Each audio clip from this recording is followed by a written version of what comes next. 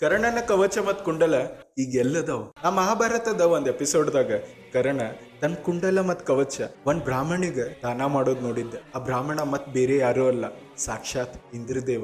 ಮುಂದೆ ಇಂದ್ರದೇವ ಆ ಎರಡೂ ವಸ್ತುನ ಎಲ್ಲಿ ಮುಚ್ಚಿಟ್ಟು ಇದನ್ನ ತಿಳ್ಕೊಳಕ ನಾ ಕ್ಯೂರಿಯಾಸಿಟಿಲಿಂತ್ರ ಗೂಗಲ್ ಸರ್ಚ್ ಮಾಡಿದ್ದೆ.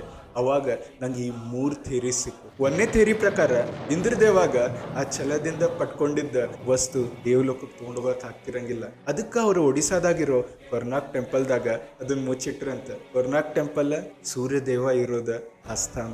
ಎರಡನೇ ಥೇರಿ ಪ್ರಕಾರ ಇಂದ್ರದೇವ ಹಿಮಾಲಯದಾಗಿರೋ ಕೈಲಾಶ್ ಪರ್ವತದಾಗ ಇದನ್ನ ಮುಚ್ಚಿಟ್ರಂತ.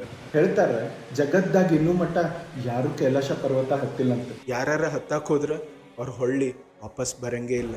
ಅದರ ರಕ್ಷಣೆ ಸಾಕ್ಷಾತ್ ತಕ್ಷಣಾಗಿ ಮಾಡ್ತಿರ್ತೈತ. ಮೂರನೇ ಥೇರಿ ಪ್ರಕಾರ ಇಂದ್ರದೇವ ಆ ಎರಡೂ ವಸ್ತು ಅಶ್ವತ್ಥಾಮ ಒಪ್ಸ್ಬಿಟ್ಟಿದ್ರಂತ. ಘೋರ ಕಲಿಯುಗ ಆಗೋ ಮಟ್ಟ ಅಶ್ವತ್ಥಾಮ ಅದನ್ನ ರಕ್ಷಣೆ ಮಾಡ್ತಿರ್ತ.